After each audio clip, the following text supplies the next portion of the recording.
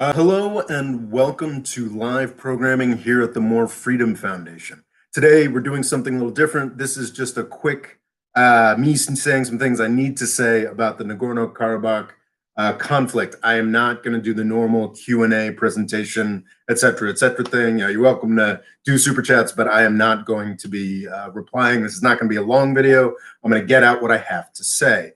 Over the past 24, 48 hours, the conflict in the Nagorno-Karabakh region has escalated very dangerously. This is frankly terrifying. What I want to do today is do a brief description of why this is terrifying, and basically just beg everybody to start being more sane about this, and hopefully it won't develop. I'll try to deliver a sort of Cliff Notes background on the conflict. Keep in mind, this is done almost entirely off the cuff. Nagorno-Karabakh is something that I've been meaning to make a video about for years now. I've just sort of never gotten around to it. I do feel like I have enough of a background in these issues to say that it would be a terrible frickin' idea for things to escalate further, but they may already be escalating further. And this is a horror show. Nagorno-Karabakh is a region within Azerbaijan that is almost entirely ethnically Armenian and is controlled by Armenia, which is the country right next to Azerbaijan. These two countries are in a very contentious geographical area. There is Russia, well, Georgia intermediately, and then Russia above them, Turkey to the west, Iran to the south, and I believe the Caspian Sea to the east. And they're in this sort of cockpit here, and they really hate each other. So the temptation, I think, is to look at this conflict and say, oh, it's just another post-Soviet frozen conflict, or, oh, it's just another Russo-Turkish frozen conflict. This is something, a dynamic I've been talking about on this channel a lot recently. We've got these in Libya. We've got these in Syria, sort of Russo-Turkish conflicts. Of course, you know, it's kind of funny that in Washington, D.C., all they talk about is Russia and Turkey becoming new allies when, in fact, they've got like the most serious Cold War going on since the Soviets and the United States. Really, I mean, though obviously nowhere near that scale. This is not that. This is not something like Libya or Syria, which is, of course, horrible. But, you know, you can sort of lean back and say, well, you know, what does this mean for geopolitics? No, this is Armenia and Azerbaijan, which are not, well, I mean, to some extent, you know, wealthy countries, but they're not sizable countries, but they are serious countries. Armenia and Azerbaijan are serious countries with tax systems, with very serious and very conflicting national ideas of themselves, and very, very real militaries. So what we're talking about here with the Nagorno-Karabakh conflict is not, you know, some dumbass militias somewhere, or, you know, if you throw in 300 Syrians, everything changes or whatever. No, this is real state-on-state war. This is the kind of thing where maybe if things go poorly here over the next month, we could see as many people die as died in Syria in 10 years. I don't think that's yet the likely result, but that's the real possibility here. I'm sorry to be doing this as a live thing, but I think it's important to recognize that a key aspect of this problem here is the fact that it's launching right now. I think it is very conscious that this issue is spooling up in what is now most of October, in a U.S. election year. The U.S. Government has been almost entirely absent under the Trump administration, but now nobody is paying the necessary attention to this Nagorno-Karabakh conflict. We've got the entire world media is busy wanting to cover the U.S. election. In a time where sort of journalism is underfunded and undercovered and dying everywhere, this conflict is something that's going to largely be missed. And I think that is a real tragedy. And unfortunately, I'm going to engage in it too, because it's a US election year, it's my country, and over the next weeks and month, I'm going to be covering the US election primarily. And I'm not going to be able to pay attention to this part of the world spinning off its axis. Obviously, it's not very important that this YouTuber isn't paying attention, but most of the world's media will not be paying attention. Most of the world's governments will not be paying sufficient attention. And we could see a situation here where tragedy happens. My judgment, I know that my branding is sort of as the Western guy who's not biased against Turkey. I know that I take Turkey's side in a lot of things.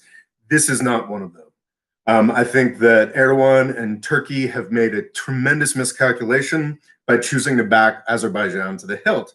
I think that Turkish policymakers saw this as just another frozen conflict like Libya or Syria, just another place where they can look like big swinging dicks and sort of look impressive and engage in their battle of wills with Vladimir Putin and Russia. That's not what this is. This conflict has the potential to kill tons of people and really destroy Turkey's international reputation. Far worse. You think things are bad right now? This could be far, far worse. So yeah, I know my branding is like the pro-Turkey guy, but no, I think that this escalation that's happening right now is the fault of Ilham Aliyev, the Azerbaijan's leader. I think dictator is actually very fairly applied in Azerbaijan's case. He has been indisputably in power since 2003. I know a lot of people like to call Erdogan a dictator, which I believe is not fair. There are real elections in Turkey. There are real political disputes in Turkey. Azerbaijan, that is not the case. This is, I believe, Azerbaijan's fault. I will explain why. What's happening right now on the internet is we're going to be flooded with different rationales for why this conflict started. There's a lot of people on Twitter. I have a lot of friends who are big fans of Turkey on Twitter.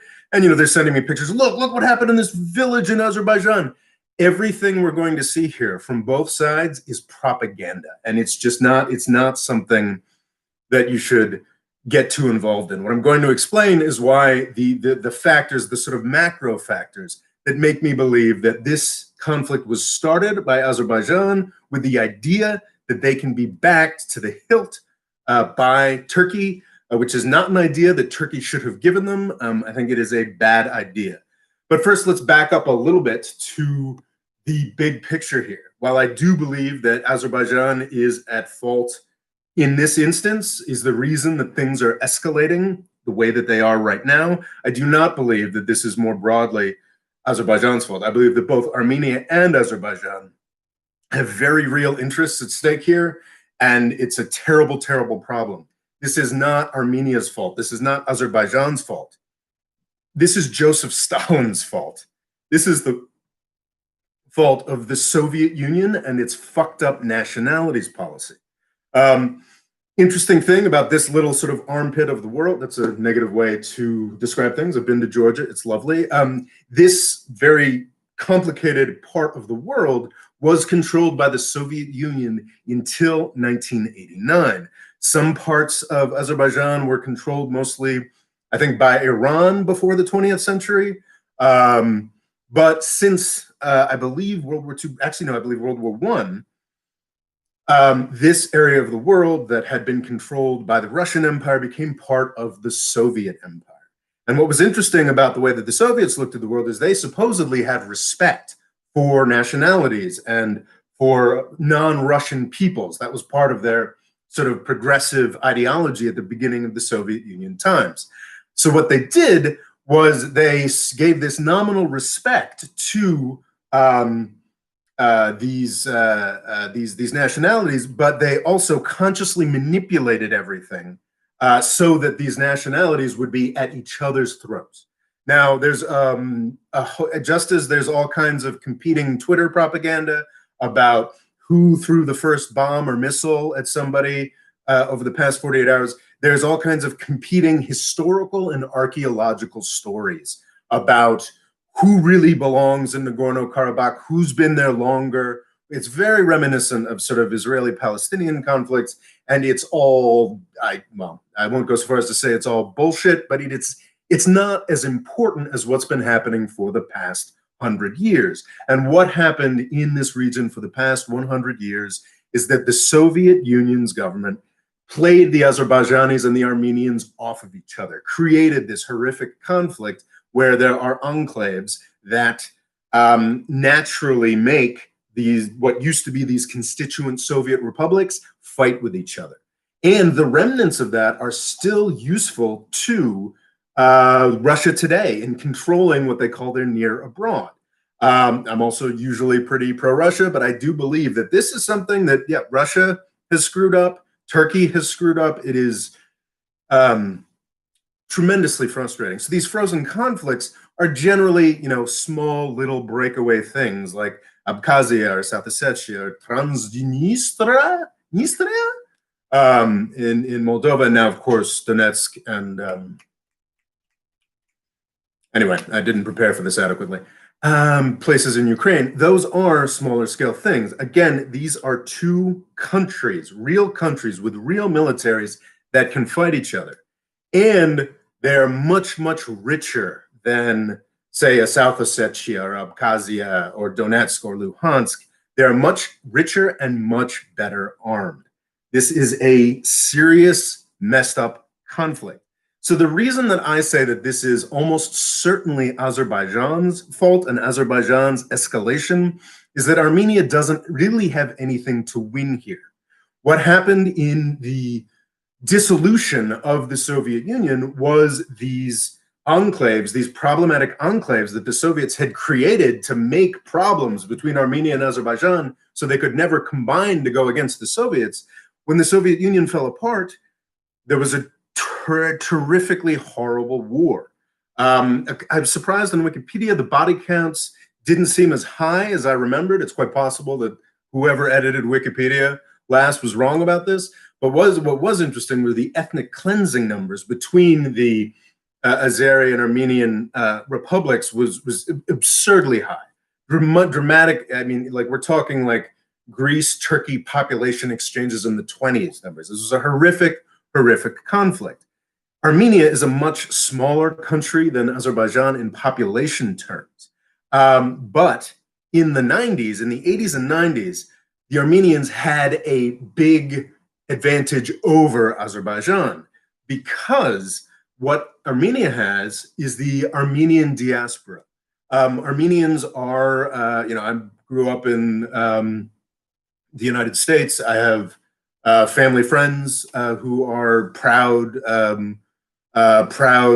descendants of Armenian refugees. There are many wealthy Armenians throughout Europe and the United States, most famously and most importantly in France and the United States. So in the 90s, they were able to funnel a ton of money to Armenia. So even back then, Armenia was a smaller country, it essentially won this war in the 1990s.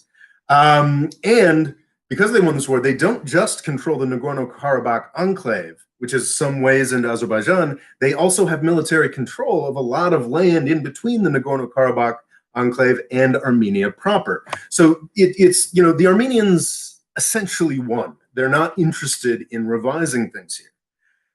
Something happened in between 1994, when the initial conflict, post-Soviet conflict ended. What happened was Baku, Azerbaijan has always been a hub for oil and gas. It was a hub for, I think it was one of Russia and the Soviet Union's first hubs for oil and gas. Hitler going through Stalingrad, my understanding is that he was aiming for Azerbaijan. However, in the 90s, there was a tremendous explosion of natural gas production, I think in the Caspian Sea, that goes through Baku, goes through Azerbaijan. So we had this dynamic where the Armenians, a much smaller country that was supported by this wealthy diaspora, had grabbed this large chunk of Azerbaijan. And it must have been terrifying for the Armenians to slowly watch throughout the 1990s, the aughts, and really pretty much up until 2014, 2016, as Azerbaijan got richer and richer and richer because of the oil wealth. So they were on this trajectory for a while here where Azerbaijan was, of course, unhappy about Armenians' occupation of these territories. But Azerbaijan was just getting richer and richer and buying more and more military equipment. So they were like, okay, this can, this situation is going to be something that we can solve better and better every year. So it actually works for us to, we can just wait a little more while the gas money keeps rolling in and we buy more tanks and more missiles and more fighter jets. That stopped 3 or 4 years ago. I'm not entirely, I know that Azerbaijan is more gas focused than oil focused. So I don't have the timeline exactly down in my head. But if you just look at their GDP per capita figures, they've got this sort of steady rise, and then boom, like it collapsed 4 or 5 years ago. This is a real problem for Ilham Aliyev. I'm confident calling Ilham Aliyev a dictator. He's not just a dictator, he's a sort of a dynastic dictator. He is like Bashar Assad in Syria. He got his position because his father had the position before. And his father had his position, I believe, didn't double check, I should have double checked this before I did this, but I believe his father had that position because he was put there by the Soviets. So this guy here, who is used to, from like 2003 to say 2014, 2016, is used to just getting richer and richer and richer, his country, and having more and more money to dole out if anybody complains, now doesn't have money anymore. So now it's important for him to say, oh crap, like, people don't like me as much anymore. I don't have as much money anymore. I need to, spin up this nationalist cause again. So this is, I think, to some degree, it's about Aliyev saving himself. And that's obviously not a good thing. And also, I think from Azerbaijan's sort of general national interests, I think it does make sense because from 94 to 2014 or 2016, they're like, well, we're just getting richer and better armed by the year, so we can wait. That sort of ended. And I think more and more people are realizing that it's quite possible that the petroleum economy is like kind of being phased out. That's a real possibility. So it might make sense for Azerbaijan in a dumb sense. I don't think it makes sense for the world. I think but I can see why a sense of desperation would have set in and why they would have done this. So that's why I think that Azerbaijan is to blame for this, because there's this escalation, because there's no reason for Armenia to escalate this. And Azerbaijan has a lot of good reasons, the oil and gas price chief among them, to escalate this position, escalate this conflict, and try and get away with something. So that's why I think it's an obvious Azerbaijani thing, something I wanted to say. The thing about this is to remember, I know I've accentuated this again, is that this war, if it is allowed to go forward, will be so much worse than the war back in the 1990s. Yes, Armenia had some money coming in from outside and Azerbaijan did not. And it was, they had surplus Soviet munitions, that sort of thing. But these were fundamentally poor post-Soviet republics, throwing whatever they could throw at each other. Now they are much more wealthy. Both, I can't be emphasized enough, both of these countries have real militaries that could do absolutely horrifying and immediate things, not just to each other's militaries, but to each other's cities. This is the kind of horror that we haven't really seen much since the Iran-Iraq war back in the 80s. And then, of course, there are a number of similar conflicts on the African continent that we always neglect. It's not all just, machetes and arms. I think who's a Radio Warner was making a great case that actually the Ethiopian Somali wars of the 70s were also like this, just really horrific state-on-state wars with militaries and destruction. I should not discount those sorts of things. But anyway, this is not something, this is a really horrible thing. Like, the only way to resolve this situation is with the sort of, Northern Ireland thing.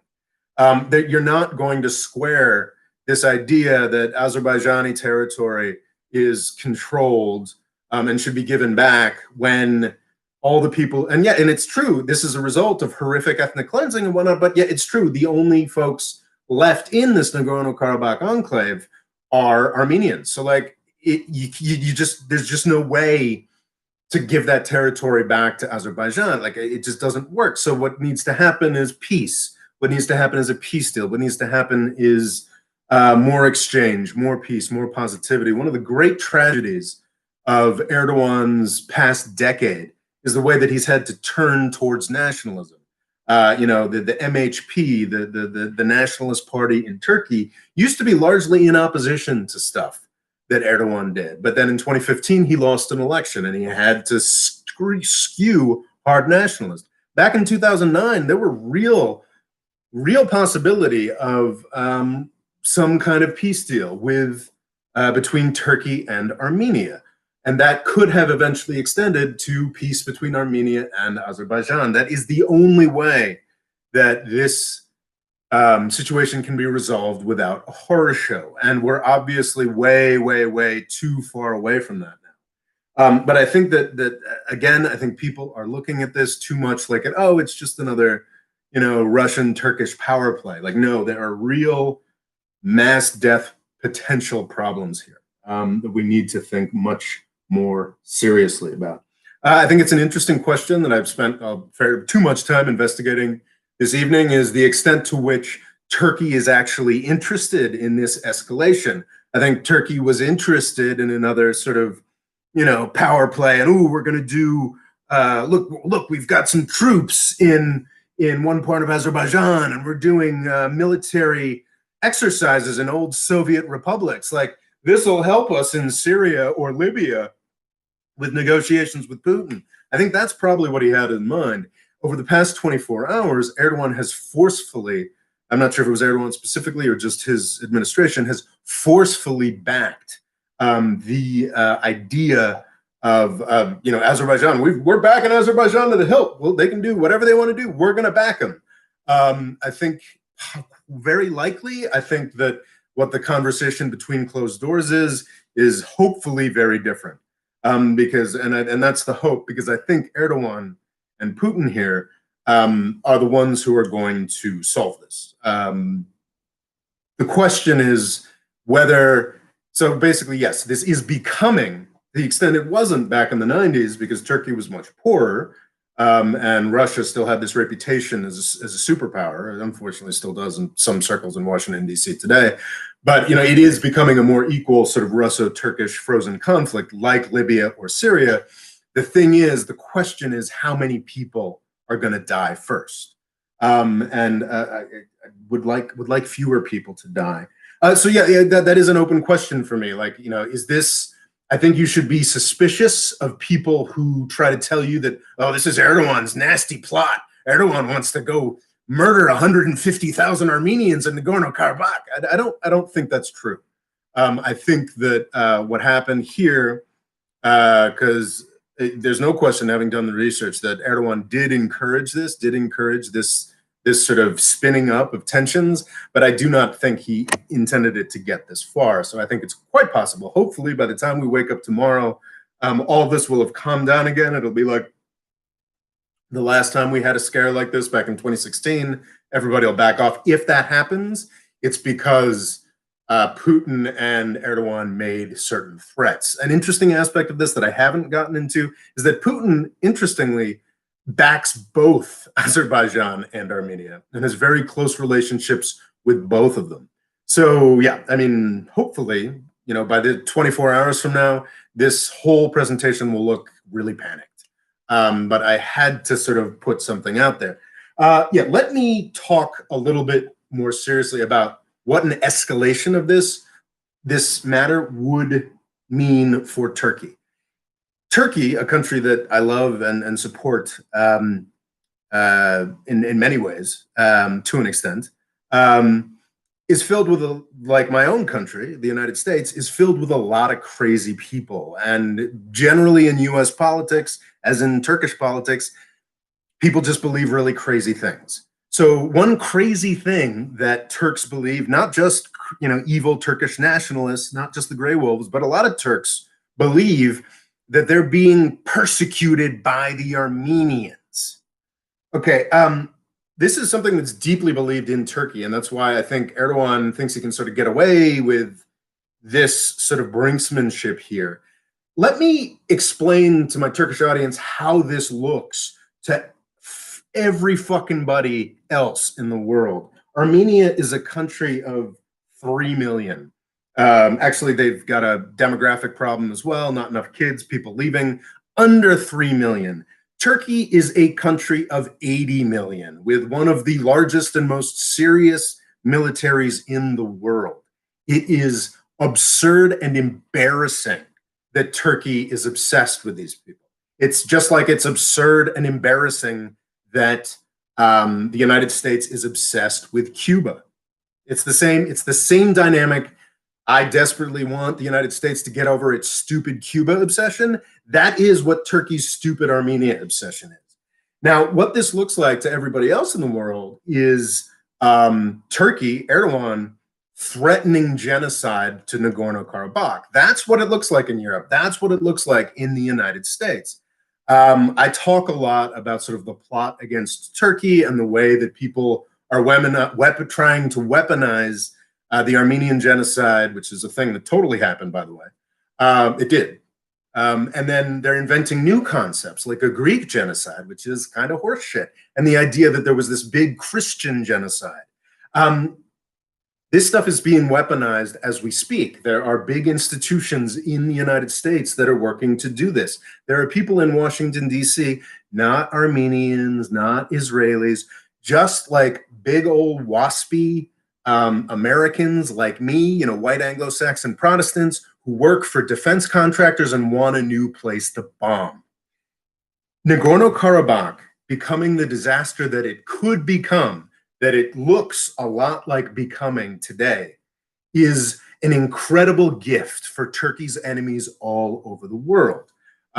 Turks will no doubt recall when something that a move that I didn't fully endorse, but understood and tried to speak up for understanding of, when Turkey went in to northern Syria in October of 2019, the US press exploded with stuff about how Turkey was genociding the Kurds and how could they do that to these Kurdish allies of ours, Nobody in Washington, D.C. really gives a shit about the Kurds. That's something you can learn from all of US history. It's completely functional. People in the United States, myself included, care a hell of a lot about the Armenians. So Turkey and Erdogan and the Turkish government right now are like, oh, we're scoring points by striking out against this Armenian conspiracy. That is not what it looks like. It looks like a potential repetition of like the most horrifying and dumbest aspect, most horrifying and evil aspects of Turkish history. I talk on this channel about how the plot against Turkey is failing. Turkey is too big of an economy. The US is too involved. The US companies that aren't defense contractors are too involved in the Turkish economy. Washington, D.C. is going to fail in its plot. If Azerbaijan takes back Nagorno-Karabakh, and like even if it's perfectly fine, and those 150,000 Armenians are carefully, you don't want to say march, or like given luxury air tickets to Armenia or something like that, that will be ethnic cleansing. That will be seen by the Europe and the United States as the return of the genocidal Turks. This is just an insane thing for Turkey to be involved in. I think Erdogan and the Turkish government thought that this was like some kind of like sort of clever way to get one over on the Russians and other bargaining chip. That's not what this is. This is potential disaster for Turkey, for Armenia, for Azerbaijan. Yeah, so I think that is pretty much what I've got to say about this topic. I'm delighted that 150 people showed up to do this, but I have other videos to make this week. I have my own country to focus on, but I did want to get this out. And I think I want to end it before I get to the half-hour mark. So thank you so much. See you on Tuesday with another video.